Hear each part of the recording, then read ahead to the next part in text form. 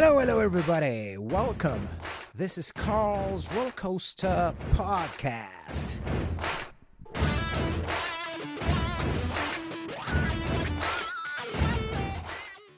Hi, Claire. How are you doing? Welcome to the roller coaster. Hiya, I'm good, thank you. How are you? Very well, thank you. Very well. Thank you so much for joining here us today. I think this is going to be a very interesting conversation. I have briefly met you at Amplify at Abbey Road Studios a few weeks back, and I was very impressed by your knowledge and your understanding about this crazy business, which is obviously music business, but mainly, publishing and what involves the whole um, the whole publishing sector and what PRS and on your particular case what you guys have been doing with outreach. So thank you so much for joining here today. Oh, you're so more than welcome. Yeah, it's quite music business is a big old world to navigate. So, Indeed. yeah, happy to be here. Amazing. Claire, if you don't mind me asking, I'd like to start from, well, the very beginning. So if you could just tell us basically where were you born and how was your upbringing, and yeah, just walk us through a little bit of, early days of Claire Rose, please. It's not that exciting, but I grew up on the Isle of Wight. And for those who don't know, it's just a tiny island off the south coast of England. Um, and yeah, I had a great upbringing. I was introduced to music at a really young age. My dad and my mum are both really into music. My dad loves like his kind of punk, jazz, and northern soul music. My mum likes her kind of quite commercial music as well, so it was like a really nice balance. But yeah, no, it was a great place to be born and be brought up. Like going to school, and then after school, you'd kind of in the summer go straight down the beach. Oh, sounds So lovely. oh yeah, jump off the pier and everything.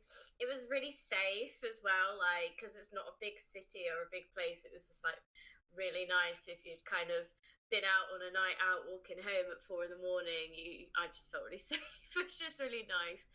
Um, and yeah, my mom and dad took me to music festivals there from the age of about 13. I think there was the Isle of Wight Festival, which was my particular favourite, and the Isle of Wight Festival as well. And yeah, that was it really. It was just that whole community of like-minded people in one place enjoying music and just absolutely letting loose. It's almost like escaping reality, you know. And it was great, and I fell in love with it completely. I was never really good at anything at school. I wasn't really. I'm not too academic in a sense of like I wasn't ever brilliant at English or brilliant at maths. I was just nothing really seemed to interest me. I didn't play a musical instrument, so never did music either. Um, but I just knew when my mum took me and dad took me to these festivals that that was something I wanted to do. I wanted to work in music, but back in those days, I mean, it's not too far. I'm only 29, so it's not too long ago. But a career in music wasn't necessarily, unless you were a musician, it wasn't necessarily put to you that you could be a tour manager, a record label. You could work for PRS or anything like that. Like it was just never a thing. Like probably I didn't even know what a record label was back then. Um, and then yeah, I kind of I wanted to leave the Isle of Wight. I wanted to get off and do something else. And for me, I chose to go to university. So I went on to study music and live event management at Bucks New Uni. It was a very whim. It was the only thing like course I kind of applied for because I was still a bit like I don't know what I'm doing with my life. Like, I just knew I wanted to go into music, and it was just kind of more so back in those days. It was just kind of like go to university. You need to go to university. So it's just kind of like my sister went to university. She's older, so it was kind of like my path as well. So yeah, I knew I loved live events like festivals, and I knew I loved music. So put the both together, and I was like, oh, brilliant. So yeah, I went to study that, and I learned about pretty much everything, like the music business, like PRS, PPL, copyright, all of that kind of stuff, how to put on events. And I suddenly realized that the music industry, there is a lot to learn in the music industry, and a lot of organizations, and how it works, and who gets paid, and who gets paid from what, and what a record label does, and how that's different to a publisher, and then how a tour manager is different to a manager. It was all very confusing, and it was quite overwhelming. And yeah, I remember learning about PRS and PPL and MCPS and copyright throughout there. I loved actually studying law. We did music law, and that was the one kind of area I was like really super interested in. Anyway, when I finished, when I graduated university, I didn't necessarily know what to do with myself. I didn't want to move back to the Isle of Wight. You know, when you've kind of left your hometown and you're like, freedom, and there's so much like I can do. You know, I was just like, oh no, I don't want to go back there. I quite like living like, you know, in a big city. But I didn't really want to stay in Bucks. So I had a few friends that lived in Bristol. So I moved to Bristol on a complete whim. Never been there before. Didn't know anything about it. I just kind of remember driving down and looking at a flat and going, yeah, this is cool, I'm gonna move here. And how old were you when that happened? I said it's my after uni, so I must have been about 24, 20, no, yeah, 20, 23, 24. Oh, I see. That's right after you graduated from uni.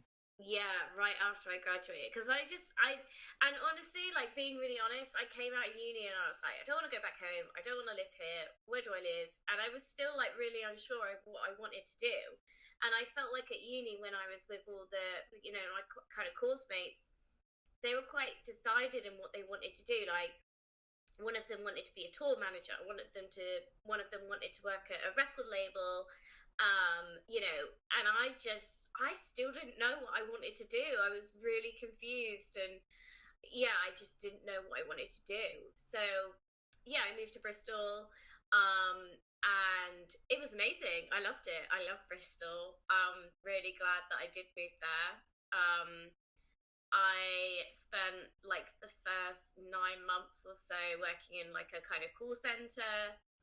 And then I remember this job, the job that I'm in now, outreach manager, being advertised. And really, it was a case of, I saw the PRS logo and I was like, oh, I learned about PRS at uni, and it was kind of something like that just looked really familiar.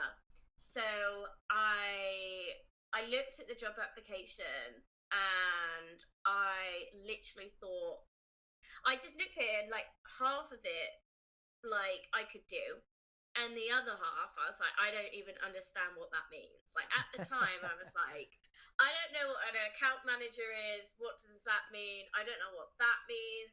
Like was terrified of public speaking, and like on the job application that was like, you know, speak at colleges and universities and go to events. I was like, oh my god, that's so daunting. And I was, to be honest, really underqualified for it. Like being fresh out of uni, it's quite daunting. Like you want to apply for jobs, but then all these job applications, like even now, they want experience, but then it's like, how can you get experience when no one will give it to you because they expect a certain level? Mm-hmm. So it was kind of a bit like that. And then I just thought, like, I'm just going to apply. I'm just going to go for it. Like, and I got an interview, which was very surprising because my CV was awful. Like, I looked back at it like 5 years later, and I was like, how on earth did I get this job with that CV? And yeah, they offered me an interview, and I remember sitting there and going, like, about a week before, because I had to do this like presentation about PRS and what I understood about it, and because the role was looking after the southwest of England, so I was like googling like stuff in the southwest, in Bristol, and all that kind of stuff. And yeah, I kind of got cold feet, really bad cold feet, and about 3 days before my interview, I remember emailing into HR like, this is all the stuff on that job application that I cannot do. Like, I do not have experience in this. Is there much point me coming in? You know? Wow, so Um, you're very, very honest and straightforward. That's really good. yeah, well, I just kind of was like, I don't want to waste their time. I didn't want to make a fool of myself. I think that's what I was Sure. most scared of. I didn't want to look like I didn't know anything because, to be honest, I felt like I definitely didn't know anything. Mm. Um, and then I got an email back and they were like, yeah, they'll come anyway. So went up and did my interview to my boss and someone else internally at PRS, and the rest, those 2 hours, 2.5 hours, was a blur. Like, it is a blur now. All I remember talking about was karaoke. I don't even know how we got into the subject, but I remember asking. I don't know how, but I remember like asking my boss like what his go-to karaoke song is, and like I remember just leaving the interview going, "What on earth have I just done?" And yeah, he was like, we were just talking about our go-to karaoke songs for like 20 minutes. And I was like, I don't know what I've just done, but I don't think that's gone well. So you left the interview with not the best feeling about it. No, not at all. Like, it's so difficult. Like when people ask you like how interviews go, you're like, I don't actually know because you're not judging yourself. Like the other person is judging you, so you're like, I feel like I've done okay, but I don't know if that what I said was what they wanted to hear. So it's really hard to like self-criticize yourself and be self-aware of how you're doing and what you're saying. Mm-hmm. So yeah, and then about a couple of weeks later, it was like the best and worst day of my life because someone had crashed into my car, which was parked in a car park. So that was, I literally was like, what on earth? Oh So God. I was like, when you like stress, I was like, oh my God, someone's crashed into my car. Like, it wasn't too bad, but it was like, it's going to be money to Mm-hmm. fix kind of thing. And then 20 minutes later, my boss called and offered me the job. I was like, What a blessing.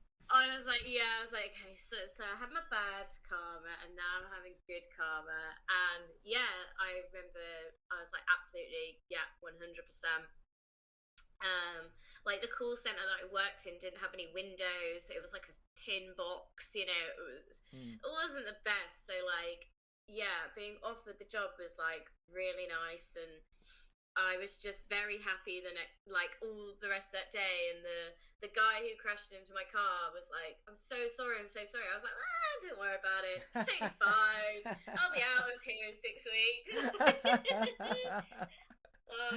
And then that's been it, really. It was kind of I mean, really. that's honestly, it's so inspirational. Actually, to sorry to interrupt. It's just so inspirational to hear your story because a lot of people, when, for example, say you, one of the things that outreach does from what I could gather is that you guys just go out there at universities and you give talks and presentations and try to spread knowledge about what PRS does for musicians and for songwriters and you tend, I mean, you obviously extremely you have a very deep knowledge about the subject of music publishing and copyrights and the rights of songwriters and how does this whole world operate, and for you it comes across in a very when you deliver,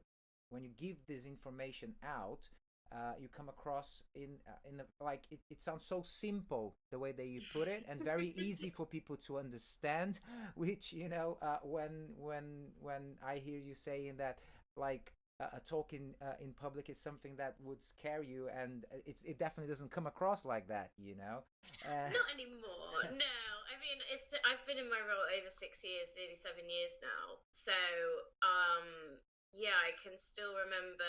It was very much like being thrown in the deep end very quickly, which I'm actually, when at the start, I was like, oh my God, I need someone to like, I don't know what I'm doing. Like, am I out of my depth? Oh my God. Because like my boss was like, go and make contacts in the Southwest. And I was like, I don't have any contacts whatsoever. Like, I love music and I go to all these gigs in Bristol, but I don't know anyone from the industry in the Southwest. Like, I've just come out of uni. Like, I worked in a call center for 9 months, so it was really daunting. But actually, doing it that way was really kind of beneficial to me. Like, I worked really well under pressure. So yeah, it kind of slowly was building my confidence, and then yeah, I still remember doing my first ever like in-person presentation about PRS, and it was actually on the Isle of Wight, so it's on it like at my hometown. Mm-hmm. Um, and my boss came down. He's like, "You've got this. You can do this." And I was probably more nervous because my boss was there. Like, I still get it to this day. Like, if I do a talk, I could do a talk to 1,000 people, like no problem. But if anyone I knew, like my boss, my colleagues, like my partner, my friends were in the room, or my parents, I'd be really, really nervous. Like, I get really nervous when I know people in the room, but Mm-hmm. strangers, it's totally fine. But yeah, we did it down there. And then ever since, it's just been a case of just yeah, the more you do it, the easier it becomes, and like you can just reel everything off now, which is really really nice. And I think what you were saying about saying things quite clearly, like I remember when I first started PRS, like obviously I learned about it when I was at uni, but it's not like the most in-depth thing. It's like an introduction.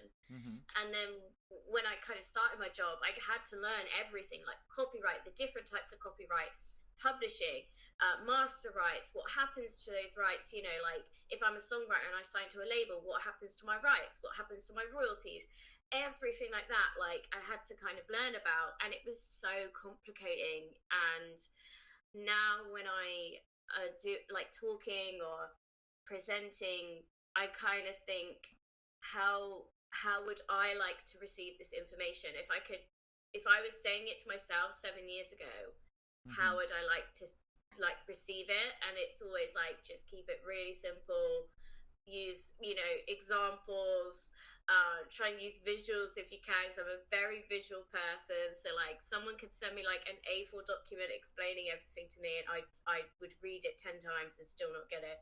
But if you can put it, like if you can sit down with me one to one or put it in a diagram, I'm much better. So So can you just walk me through then? Because so if you got the job and you just mentioned it, that you kind of had to learn basically everything. You had a degree, but you had to learn about the ins and outs of the whole of your job pretty much, because you didn't have the connections you just mentioned. You didn't have the knowledge. So what was the process for you personally? You got the job. Now you have all of this stuff on your plate, and you need to learn. What was the process? Did your boss come to you and say, "Here's this book. Here's this. Read this all. Understand about this and that." It was kind of like maybe a very special, say a PA, like a master's degree out of university, specializing yourself in this field of work of music publishing and rights, or how did that work for you? How did you learn it all? a lot of it was asking lots and lots and lots and lots and lots and lots of questions. um, so when I knew I first got the job, I just was like, I was really lucky. Like I applied for my first music industry job out of coming out of uni, and I got it, and that's quite rare. So I was very very happy, very blessed, and I think I really just seized the opportunity. Like so I started to do like my own kind of research. There was like master classes that I was given, and then like my colleagues were so lovely. I was always asking them questions, going, "I'm so sorry, I'm so sorry, I'm being a pain." And they were like, "No, no, no, it's fine, it's fine, it's fine."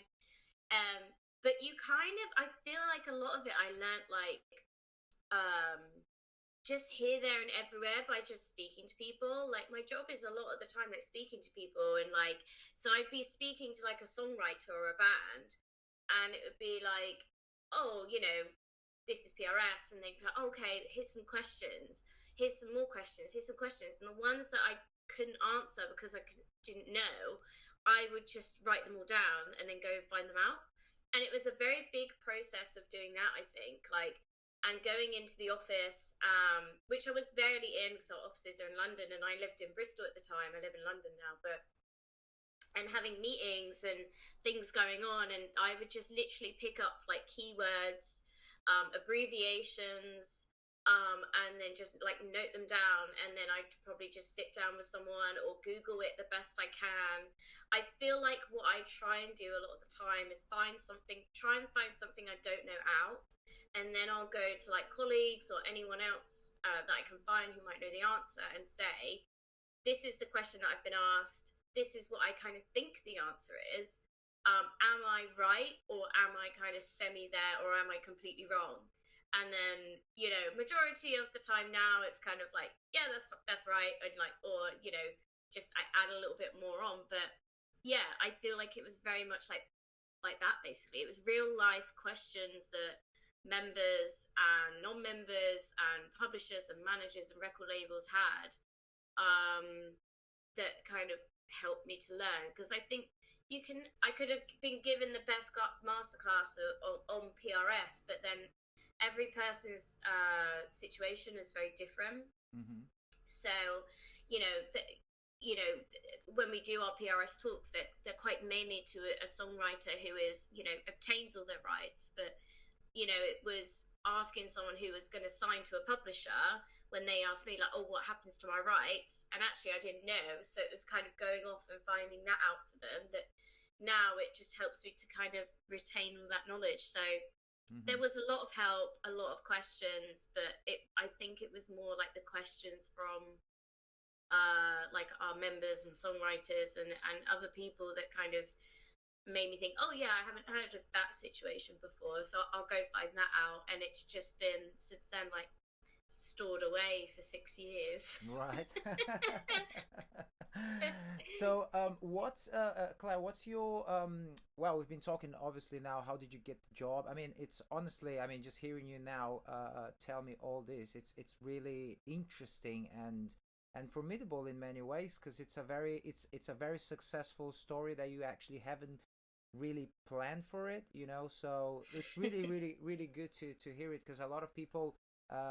One of my questions later will involve like what's the academic path for an individual who wants to work in this field that you currently are working at. But before we get into that, if you could just tell us a little bit about what's your role and how has the work so far been on Outreach?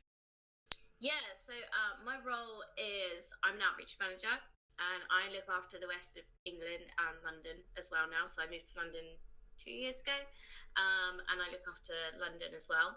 Still having quite a nice big presence in the west of England. And I do lots of different things in my role. There's four of us in our team. So there's me, there's someone up north who looks after the north, someone in the east that looks after the east, and my boss kind of does like south and helps out in London as well. And it was really nice because our team, us four, are the first people in our roles. Like the team didn't exist before we came into our roles. So we've each been able to really nicely put our own stamp on the role in our regions, which is really nice. Like we can be really creative on how we do things. You know, we're creating new tools, new services, new events every year, trialing things we've never done before, which is really, really good. And it was really nice for me, like not being out, having to fill someone else's shoes as well. So that was really nice. But yeah, in our role, we basically meet with PRS members, non-members, and potential members, and talk to them about PRS, who we are, and how they can basically maximize their membership, so making the most money from their music usage. We also put on a vast variety of events. They've been online for quite a lot for the past 18 months, but this half of the year has been really nice. It's been able to get back out and about. But Those events can range from like one-to-ones with members to member workshops. It can range to more like bigger events, like panel events. So I've run panels on like uh, the DIY approach to music, how to get sync, how to place your music in film and adverts and TV. And I also do a lot of work with diversity and inclusion. So I partner with a lot of organisations and host panels and events to kind of increase the diversity of PRS for music's membership. We also run an emerging talent program in our team, which is all data driven, and it's kind of helping or kind of sourcing or the next high earning members. So taking people who are getting X amount of plays on radio stations or doing X amount of live shows and helping them and being their one-to-one contact, so we can make sure that they're maximizing their royalties as much as possible, which is really, really fun. And that's across all genres, so not just commercial pop or rock, but we have sort of like data sources from like metal music, jazz, folk, as well. Reggae is also part of it. So yeah, really broadening it. So how does that exactly work? So you get this data collected by a department on PRS, and with that information, you reach out to those artists. Is that kind of like the route? Yeah. Get my dog because he's barking. Apologies. Hello. Be 2 seconds.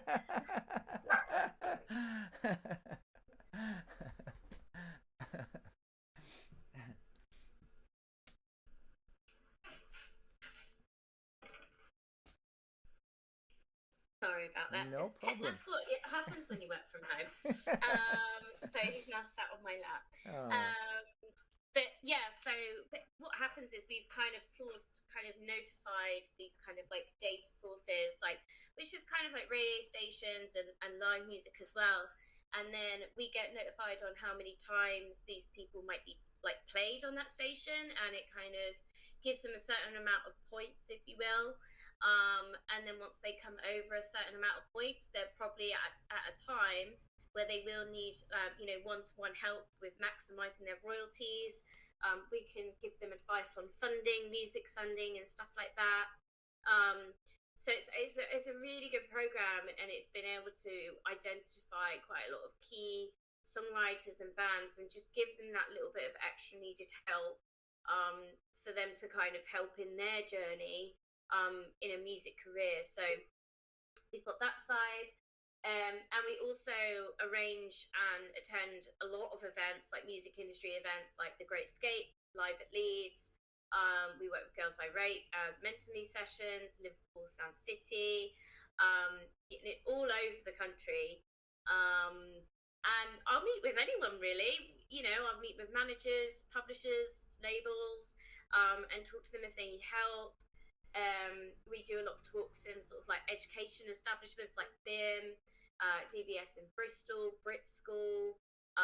There's organisations like Small Green Shoots and Point Blank Music School and Raw Material that we work with, to just really kind of say, if you are a writer, or if you're in a band, or you're a solo artist and you are gigging and you're getting radio play, then you should be paid for it, basically. And yeah, it's kind of developed over 7 years, which has been amazing, and couldn't ask for a better team. We're all really great. We all work together really, really well.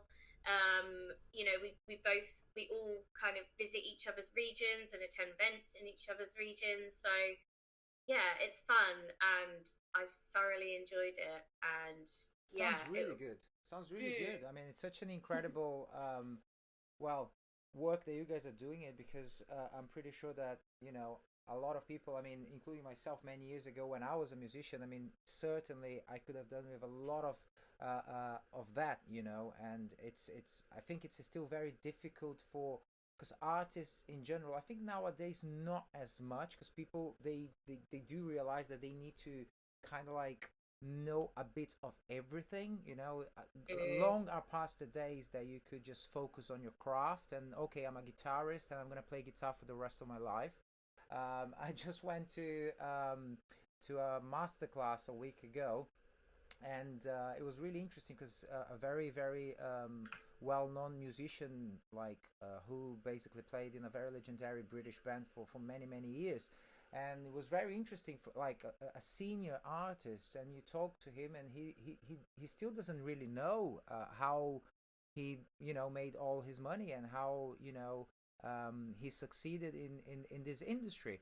But obviously, I guess back, in the 60s and the 70s and the 80s, I mean, people just literally didn't have a clue, and nowadays artists are realizing that they do need to be on top of everything that they do in order to at least have a chance to build a career for themselves, because it's so difficult, isn't it? I mean, being an artist nowadays, it's like, you know it obviously depends on the genres that you are, and depending on which part of the world that you're working with, at, and it's really complicated. But having this kind of like opportunity to know that there is such thing as what you guys are doing at Outreach, I wasn't aware of this thing that you guys basically keep your ears peeled for, metadata coming through from artists that are not perhaps not even aware that is happening.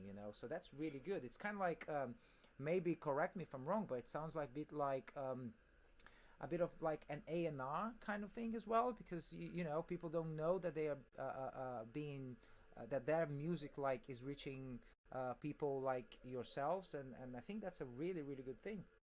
Yeah, kind of. I think it's like kind of a bit like A&R, but data driven, Mm-hmm. which is the key for us. We want it to be data driven, Mm-hmm. because we want to be approaching members, potential members at the right time. Mm-hmm. Not just getting someone to join Mm-hmm. because we like them. Mm-hmm. Mm-hmm. It has to be kind of data driven, which is great. And yeah, I mean, I totally agree. I think things are a lot different now, and I think people, artists and bands and writers are definitely, especially in more like kind of younger emerging artists, are definitely wanting to kind of know more about the business, what happens to their copyright, what happens to their royalties, how they manage everything. The DIY approach to music is, so much more common now than it was, back in the day, where it was, well, we're just going to go door to door to record labels and give our stuff in because we want a record label, but not actually knowing what that actually means for you. Mm-hmm. So I think, and there is so much more information out there than there was before, not just from the PRS side, but I know PPL do a lot of outreach work. I know there's people like FAC, Features Artists Coalition, and AIM as well, who, host workshops and webinars and events where you can kind of do all that and retain all your rights. And if you retain all your rights, you retain all your royalties Mm-hmm. necessarily. I mean, there'll definitely come a point for songwriters and artists and bands where they might need to sign to a record label or bring a publisher on board. But I'm a big believer that that should only be done when perhaps the artist or the band can't do the job anymore. So, like, if you're out gigging all the time and you can't submit your set list to PRS, or you can't register your works, you basically can't do your PRS admin because you don't have time, then that might be the perfect time to bring a publisher on board who will do that for you. So you Mm-hmm. can kind of, crack on with all the creative stuff. So Mm-hmm. yeah, I think it's definitely becoming more common for people to stay DIY. Yeah, it's difficult to know, basically. I mean, to have a clear understanding at where you're at, on your career, and which sort of publishing agreement are you going to go for. You're going to go for a Mm, traditional publishing agreement. You're going to go for a co-publishing deal. You're going to do a sub-publishing or administration one. I mean, it's so difficult as well to just like to understand the basics. And when you understood the basics, then you have to go into, you have to go, even deeper to start like to try and realize which would be the best course for yourself as an artist. So I mean, the information is definitely out there, but I guess having the possibility to actually consult, like for example, when you IPOs. You know, if when you go and try and register an IPO and you call their offices, they're extremely helpful on walking you through everything. You know, they will Mm. basically just explain to you every single bit about how registering your trademark, you know, which is incredible. It's like, okay, so there is a way. I don't need necessarily to get a you know a lawyer or solicitor, someone to actually get in, like in basically get me all those details laid down and explain to me how it works. You can actually reach out the society, and they will themselves walk you through. And it seems that that's kind of like what PRS has been doing it for songwriters and artists in general, which is, I mean, it's really really good, really helpful, really is. Yeah, I absolutely find that incredible. Claire, I guess you you talk so much about those things, but obviously people listening to this podcast, they might be like, okay, but these guys are talking about collection rights and songwriting and publishing and all that. So if you could just give us an overview, like on your own way, about what would be, like, you know, the basic three copyrights, like for copyrighting music, and then you have copywriting lyrics, and you have music and lyrics, you know, three different copyrights basically, you know. um, Yeah. so if you could just give us an overview about that, so just people can, oh, okay, now I'm kind of like, I see what these guys are talking about. Yeah, I now know what they're chatting away about. Yeah, so basically, when you write a piece of music, and that is kind of put in a kind of tangible form. So you might like write a few lyrics down, you might write a few chords, or you know, you might write like a beat on your laptop or whatever. Copyright begins basically. So once the idea is out of your head and in something in a tangible way, that's as soon as copyright begins. And in a song, so let's say, for example, Carl, you've written a song, and that, you know, you've written the lyrics, and you've kind of practiced it for like 3 months, and you go into a studio and you record it, and you've got a nice shiny, after 6 months, brand new sound recording with your track on it. There's two music copyrights in that track. There's one in the music and the lyrics, which is the publishing rights, and that's what PRS deal with, because we pay the songwriters and the composers. And then there's one in the sound recording, the newly generated sound recording itself, and that's known as the master rights. And the master rights pretty much mean anyone who pays for that recording to be recorded owns the master rights. So that could be you if you're not signed to a record label, because you are technically your own record label if you're not signed to one. Or it could be, if you were signed to a record label, it could be your record label. They also, in those master rights, there's like kind of performing rights as well. So anyone who makes like an audible contribution on that song, whether they are singing, whether they are playing the drum, whether they are playing the flute, whether they're playing, you know, I don't know, the bongos or whatever, if you've, you know, made an audible contribution on that sound recording, you are owned a royalty as well. And that's what PPL deal with. So you got PRS, and we pay out for the, you know, the writers, so the songwriters, composers, and we pay out music publishers as well. And then you've got PPL, which look after the master rights, so the master right holders and the performers on the recording as well.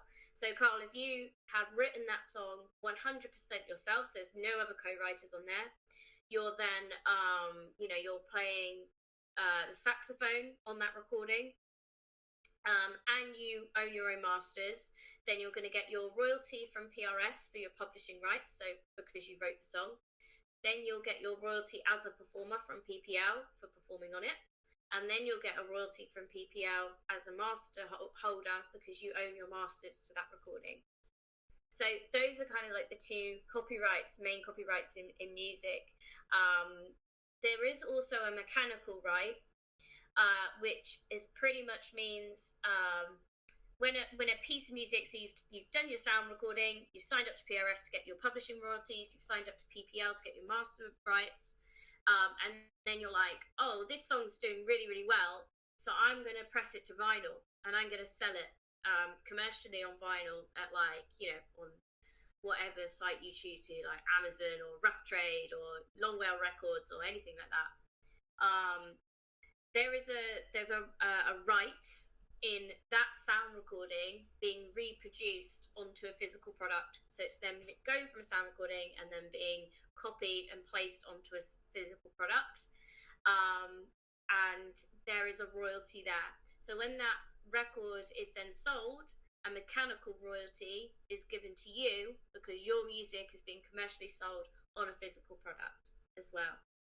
So so I realize there's a lot there, but the main thing I think is, if you're sat there and you're listening right now, if you are a songwriter, let's say you're in a band and you all write music, you should all join PRS. If you all perform on the music that you write, then you should all join PPL. And if you don't have a record label, you are your own record label, then you should join PPL as a master rights holder as well. When the time comes when you are, doing quite well for yourselves and you can afford to get a distribution deal and get your music pressed to a physical product, then you should join MCPS as well. And film and TV downloads to streaming are seen as a physical product as well. So like sync is a big thing because it pays extremely well. So we normally recommend that if you are looking into getting your music like synced to an advert or a film or a TV, that you should join MCPS as well as PRS, because there's two rights and two sources of income for you as well. Amazing. So I hope that kind of amazing. No, that's excellent. That's excellent. Absolutely great. So on that note, can we just move into basically how artists get paid on their live performances? And yeah. So at PRS, if I'm going to use you as an example all the way through this, Carl. Sure. So you've done PRS, you've got your track that you've just recorded, and now we're at COVID, so you can play live music again. Live music venues and festivals will be licensed by PRS. So we basically give licenses to our customers, which pretty much means anywhere which plays music to the public, they have to have a license to do so. So we can pay our members. So those venues, like whether it's your pub round the corner where you do an open mic night every Wednesday, or whether it's your big O2, or if it's something like Glastonbury, they will have a PRS license. So that basically means that when you go and perform your music there, your own original music, you can submit a set list to PRS and we will pay you for that live performance. And, when you kind of think about these things, it's because the venue is benefiting from you going in and playing your original music. So like, for example, my local pub around the corner, they have an open mic night on like every Wednesday. So on a Wednesday, it's much busier than on a Monday and Tuesday, because there's live bands in there. Those live bands are going to bring their friends and family. People who like music are going to go and watch. So the pub is benefiting from them being there, because the more people in there, the more pints or glasses of wine or soft drinks that pub is going to sell, and therefore they're benefiting from your music. So you should be rewarded for that. So wherever you play, if it's even like a gig and an open mic night, will get you a kind of a royalty of a flat rate around £9. For live music concert venues, it's a lot more. We take 4.2% of the box office on that night, and then distribute it to our members who play. And for festivals, again, we take 2.7% of the box office, and then we split it across the stages as well.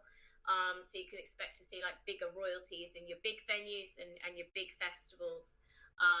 But yeah, if you kind of sat there now listening thinking, oh, I've been doing open mic nights, or I've been playing live for ages, and you're not a member of PRS, then you should join, because it's money on top of what you should be paid for playing, and I'm a very big believer in being paid to play as well.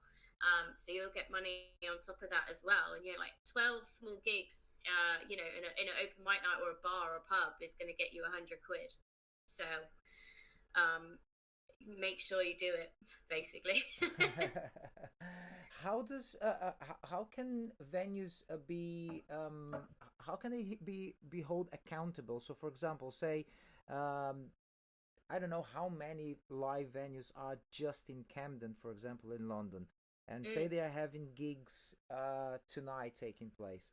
How does the 4.2% of each of those venues get reported, say, to PRS in order for PRS to get the monies for that, and then basically pay the artists, the performers that performed on those specific venues. Say the example I'm using it as tonight, for instance. Yeah, yeah. So it completely depends on the venue. Like, as I said, if it's a small venue, they will have a smaller license, and therefore we'll pay them that flat rate of £9 per show. But if they're a bigger venue, then they will have the 4.2%, and it's in their licensing agreements that they are meant to report set lists and programs of what's been played, who's been played, and how long for. So, like, sometimes when you'll go into, as a performer, when you go into these venues, they'll offer you like a bit of paper and to write down your songs and your band name, and that's pretty much the PRS, which they'll report to us. Mm-hmm. So we will take all that information, do our checks in our system and stuff like that. And then we will distribute the royalties to the members. So yeah, it's all in their licensing terms that they've got to kind of send us that information. But for smaller shows, we rely on our members to do it for us as well. So I normally say to any member, no matter what venue or festival you play, or what stage or size it is, even if it's like a big one, report set list to us, Mm-hmm. as soon as you can, just so you can ensure that, for peace of mind, that you've reported that, and you can kind of know that you're going to get a royalty, in 6 to 9 months or so. Mm-hmm. So yeah, it's all in their licensing agreements, that what they have to send, and similar to like radio stations and TV stations, like they'll have a license and they have to send us through like who's been played, what's been played, and we deal with a silly amount of data, like trillions of lines of data a year. I think it was something, in the 26 Wow. something. Yeah, it is mad. It is Wow. absolutely mad, and it's Absolutely mad. really good. We do invest in new technology to help us, but we have an amazing team at PRS. So yeah, it's a big amount of data, but the more data we get, the more we can pay our members, which is good. Now that you work, and we're just talking, well, in this industry for many years, and we've been talking just now about all this data that is being processed via computers, and we can basically just upload a set list online, and you get that, and then you can, basically distribute all this money. Can you imagine? Do you ever stop and wonder how was this business being held, like, 40 years ago, 50 years ago? How did Yeah. they manage to maintain all, like, that artists and songwriters were getting paid correctly? And I mean, I normally wonder about that and think, there was so many things that could go wrong, and possibly did go wrong. And we know stories about, obviously, artists being ripped off and all that, but I'm not Mm. even trying to get into it. I'm just like, for the people actually just trying to do the right job and pay people correctly, how problematic must have been in the past, right? Oh God, yeah, I dread to think. I'm glad I live in an age where there is technology, and really quick and fast and efficient technology. Because one of my colleagues has been at PRS for like 35 years, and he said he still remembers all the paper forms that you'd have to like send in, of like set lists, of like every time you want to register a new work to the database, you'd have to send in a paper form. I think they were like pink or something. Um, yeah, but now it's so simple now. Everything's done online, um, which is great. And I think I think our kind of stance on things is like the simpler we can make it for our members, the more likely, you know, the quicker they do it, the easier it is. You know, for example, I hate admin. Like, I really do. Like, I hate spreadsheets. I really hate, you know, like, I hate doing things like that. Like, I'm very much a creative person. Like, I love chatting, as you can probably tell. I love going to events. Like, as soon as someone says, "Can you do the spreadsheet?" I'm like, "No, I don't want to do it." Which is really common with like artists as well. Like, they just want to do creative stuff, like rightly so. Mm-hmm. So, you know, they don't want to sit there and fill out forms and all of this kind of stuff. Like, you know, they want to be at a festival or a gig or whatever, or in the studio. So, you know, if we can make it really simple for them, the easier they'll do it and the more likely they are to keep on top of it as well. Because a lot of it is self-managing their admin so you can be paid. So if we can keep that really simple for them, then the more likely they're going to do it, and the more often they're going to do it, and therefore the more they're going to be paid, and the more often they're going to be paid as well. But yeah, I'm glad I joined when I did and not 30 years ago, put it that way. I would have, yeah, all those paper sheets, I probably would have had a meltdown. Claire, what music? Obviously, you probably, if you know, you listen to a lot of things and a lot of different bands and genres. But what kicked you? What kicked? I mean, what basically brought your like attention into music and made you say a music fan years ago? And what do you really like to listen to and go and see live these days?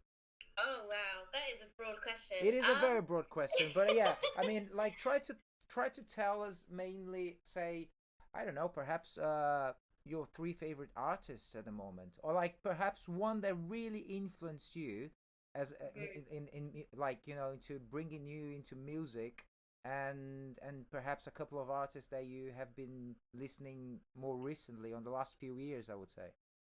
Yeah, okay. So my that got me into it, I remember, was a lot of Northern Soul, like Al Wilson, Supremes. My dad used to listen to it all the time. Loved it, loved it, loved it, loved it. And but then the other side was his. I loved punk music, so like um, Captain Beefheart, Crass, The Fall, you know, all of those kind of people, Hawkwind, Uriah Heep, he used to listen to as well. And so that kind of got me into that side. So it was really nice actually because it was kind of having two quite opposite genres of music listening to. So, you know, it wasn't just all punk or like all jazz. Like, luckily, my dad has a really nice kind of eclectic taste. So I kind of got exposed to a lot of genres when I was younger, which has kind of helped me, like, especially in this job, like I meet with so many different members of all genres. So, you know, whenever they're talking about their music, I'm like, oh, send me stuff. Like, I want to listen to it. And it's great. Like, I've been exposed to really niche genres I've never heard of before. Mm-hmm. I mean, some of my all-time favorites. Like, I obviously love my punk music. Really, really love my punk music. The Cure were a big one for me when I was younger. I remember watching them at Isle White Festival, actually, which was really good.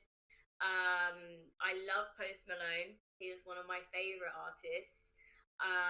Lizzo is obviously very much up there as well. There's a band called Fleet Foxes, which I'm completely obsessed with. If you haven't heard of them, go and listen to them. But the last three albums I've literally just bought, or who I'm listening to at the moment. So the last three albums I bought was a band called Muncie Girls, a band called Shit Present, a band called Toodles and the Hectic Pity, and there's a good band from Leeds, which I've just discovered, called Thanks. And yeah, they're playing a London show in February, which is kind of very like punk, post-punk, new wave. There's a great band called Deep Tan that are very like that as well, and they're a bunch of lovely, lovely people as well. But yeah, it can. Nubia Garcia is. I'm a massive fan of jazz and love Nubia Garcia. So she's straight up there as well. Really, and then I love my like pop, like my American like pop punk, like punk American punk music. Like it's a great band called Hot Mulligan that I love. You know, Paramore, Neck Deep, all of those kind of things. I just went to go see a band called Shame. I went to see Public Service Broadcasting a couple of weeks ago. Yeah, it's very much everywhere, really.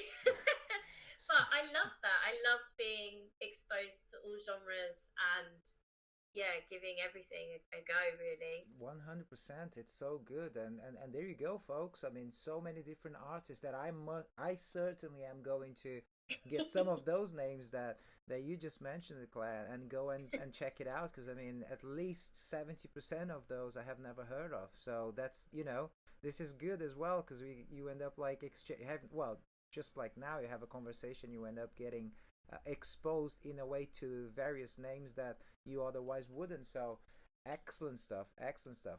When you said that the last three records that you purchased, do you yourself buy physical material still? Yeah, vinyl is my go-to. So I'm currently staring at my record player now with we're now having to go up a shelf because we are running out of room. It's all very tightly packed. But yeah, so I'm very much a vinyl person and merch. So t-shirts, I love t-shirts. I've kind of got a bit of a rule. I try and stick to a rule that I won't buy a band t-shirt until I go and see them live. So like I want to get the t-shirt from that gig. So like, I went to see Fontaines at DC at Ali Pali a month ago or so ago now, and I hadn't got a t-shirt of theirs before because I was waiting to go to the gig to get a t-shirt there, because there's something I really like, being like, oh, I got this t-shirt from that gig in 2017. Do you know what I mean? When they Mm-hmm. played this, and this, or this album. So Totally. um, yeah, I'm running out of room in my drawers, so I've had to store quite a lot of band t-shirts like under the bed now. I don't wear all the time. So yeah, physical products are a really big thing for me. I like having it, and I think there's something really nice about on a Saturday morning getting a record, sticking it on, and you've got to listen to it through the whole way through. You can't skip, or you can't choose a song that you really like. You've got to listen to it start to finish. And I think if I was an artist, that's how I would want my music to be listened to from start to finish, kind of thing. Adele kind of just made the case with Spotify, didn't Yeah. she? Which I mean, I absolutely loved it, because I mean, I totally relate to every single thing that you just said, because I am a big music collector. I mean, I Mm. have like as well a huge vinyl collection, and I mean, I'm very geeky with my, speakers and turntable, and how do I Oh clean yeah. my vinyls, and how do I maintain my record, collection in spots on condition. And um, I mean, the only problem is I don't know if you have a specific artist, or in my case, various artists that you collect them, which becomes problematic, because then you spend a lot of money buying records and records and records from that very same artist. Yeah, and then also you want all the limited edition ones. So Totally. you want like, you want the pink vinyl, the Yeah. green vinyl, the blue vinyl, the red one, and it's just like, Next should thing, yeah. I? Next thing you know, you have like five of the same record. Oh God, yeah, I know, but it's so worth it. It It is is. so worth it, and I'm a sucker for like a vinyl that I know has like a pull-out in it, so like a Zine or like a magazine or a Hmm. poster in it. I love that. So yeah, I'm a Absolutely. sucker for anything. It's where all my money goes, basically, on my dog and on my records. Great stuff. Great stuff. Claire, I think we're getting to a point now that I'm going to start wrapping up this conversation. So I have some what I call roller coaster questions for you. I mean, it Hmm. has been very enlightening. I loved it so far. It's been really great, and I'm sure everybody will enjoy. So I'm just going to have some roller coaster questions for you here now. And the first one is, do you have or follow any morning routines? Kind of. Not like religiously, but I will wake up. I'm a bit spoiled. I get a cup of tea brought to me in bed, which is lovely because I'm not a morning person, so it takes me a little while to wake up. So I'll normally drink that, and then my dog will normally wake up and jump on the bed about 7 o'clock in the morning. Then I'll kind of get up, put the kettle back on, feed the dog, let the dog out, and then I'll normally sit down with my cup of tea and I'll look through music news in the week, and do that, and then normally go for a jog, depending on what day it is. I always like to do exercise early. I can't do exercise after work because I'm in my joggers. I just want to get in my joggers and eat food now. So I've got to get up and do it really early. And yeah, that's pretty much about it. Probably like scroll on my phone for a little bit. Although as of today, I'm taking a social media break, which is quite nice. Oh, wow.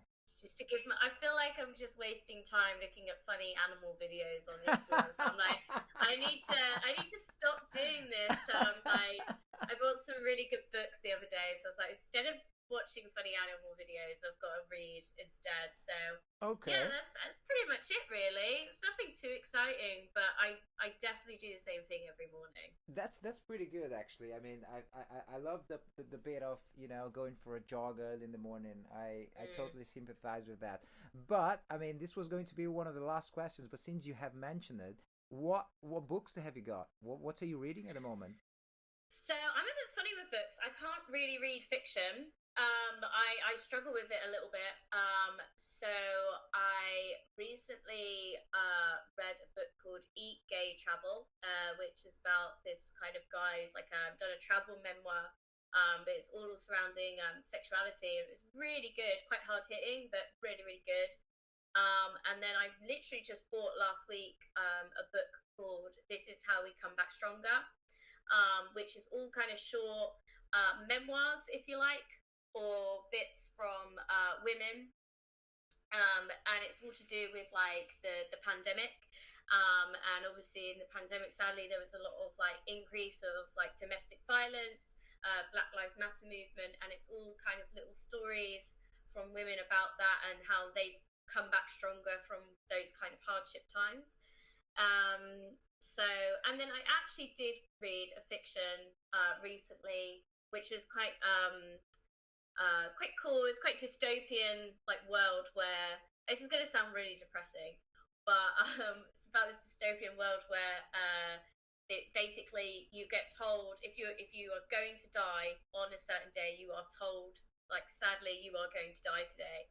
And it can be any time, and someone gives you a call and just says, "Oh, your time's up. You're going to die today. We don't know how, we don't know when, but today is your last day. So live your last day to the fullest."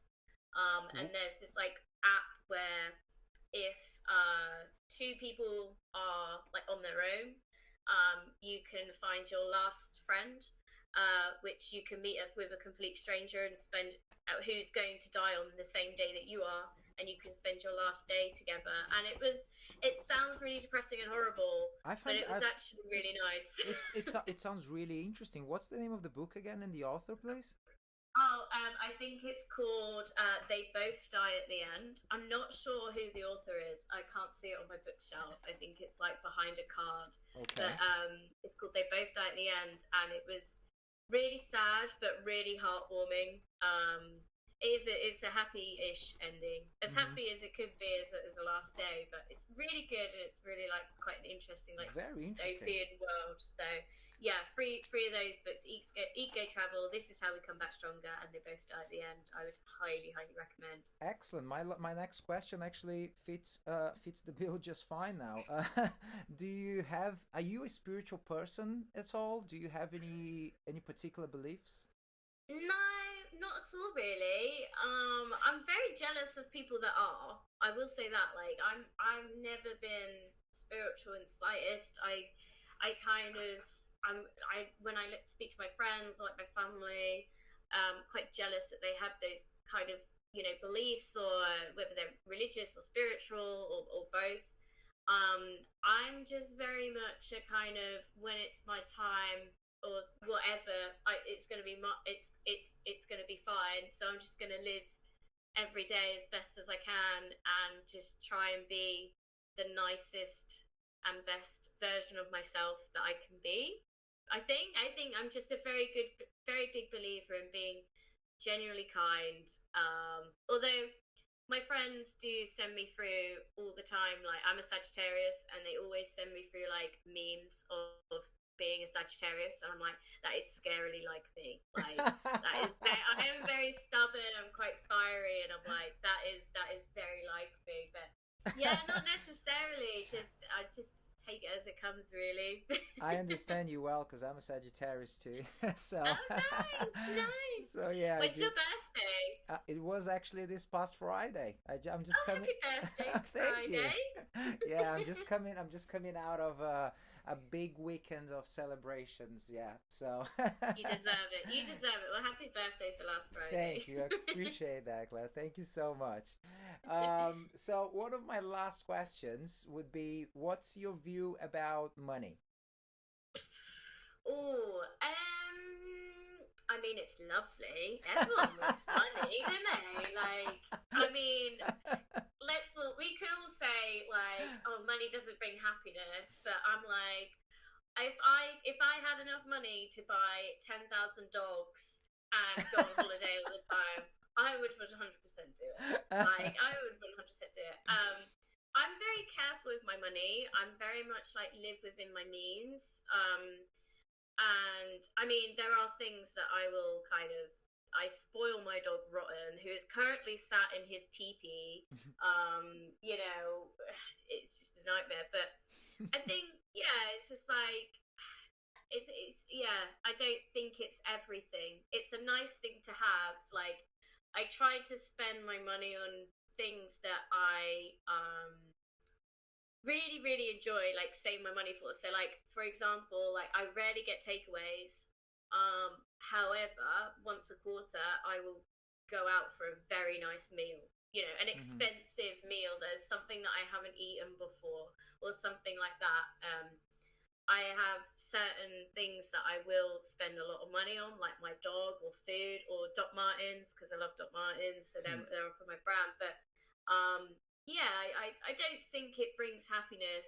I'm very careful with it. I don't think it's everything.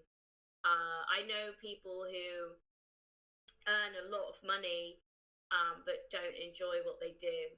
Do you know what I mean? Like they're doing it, and I'm very believer of I need to enjoy my job, and then the money comes kind of like second. You know, I don't want to go and work in a job that I know I'm going to hate just for an extra 30, 40 grand. I wouldn't Hmm. do that. It's not in my nature to do that at all. Hmm. Um, so yeah, it's a funny one, isn't it? Money. Absolutely. It's I do want 10,000 dogs though. I'd love 10,000 dogs. A private island with just me and loads of dogs. It would be great. you'd need a lot of money in order to, well, you would need a lot of money to buy a lot of land in order That's to true. have all these Yeah, dogs. exactly. What do you do to unwind? What's the perfect lazy day on your books? So I'm a bit of a get up and goer, so I still have to do something on a lazy day. Like I'd have to go and exercise. Like I like in the morning I like to do my exercise routine or like walk my dog, for example. My perfect day would probably be waking up, having a cup of tea, having my favorite breakfast. I would Which is? probably So I love eggs royale, like muffin, egg, smoked salmon, and holiday sauce. That's like my Mm, ultimate go-to. Like nice. very indulgent. Take my dog on a walk. Probably come back. Be in my joggers. I'm a massive gamer, so I'd probably play a game on like my Nintendo Switch. And then I would probably cook a really extravagant meal. So like one of my favorite things to do is go to like markets like Borough Market and stuff like that and go and get ingredients that I've never necessarily cooked with before, Mm, um, and try lots of different cuisines. And then I'd probably come back, make a really, really nice dinner. I'd probably pop open a bottle of red wine and yeah, just sit, watch something on TV, listen to some music. Yeah, that's probably my perfect day. I think cuddles sounds with my lovely. dog, Sounds all really of that good. good stuff. Mm, Yeah, I think so. Like, quality. hmm. Absolute quality. Yeah, totally. I mean, honestly, quality. I can't thank you enough for taking the time, Claire. I mean, it's been lovely hearing about your life, about your experience. I am 100% sure that this is going to be very influential in a very positive way to many people who will be listening to this. And thank you so much for sharing your experience and keep doing your good work. And yeah, good luck with everything that you have ahead of you in your career. And keep being yourself. You're smashing it. Oh, thank you so much. It's been an absolute pleasure. I really like interviews like this where it's not really an interview and I'm just chatting. So, yeah, no, thank you so much. And thank you for the kind words and asking me to be on it. Seriously, it's been such a pleasure. Thanks, Claire. Thank you. No worries. I hope you guys enjoyed this conversation, this podcast, as much as I did doing it. So, if that's the case, please do follow on Instagram at rollercoastercarl, myself at Carl Casagrande, on Twitter, same thing, Facebook, same thing. Do subscribe. Do subscribe on iTunes, subscribe on Spotify. That's very, very much appreciated. Thank you and have a great, great day. Cheers. Bye bye.